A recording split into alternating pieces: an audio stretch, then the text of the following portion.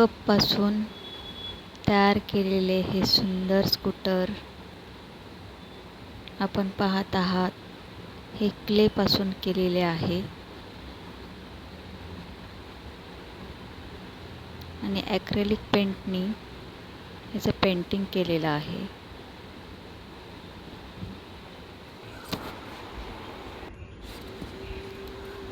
आपल्या घरातील कोणतीही वस्तू ही फेकून देऊ नका.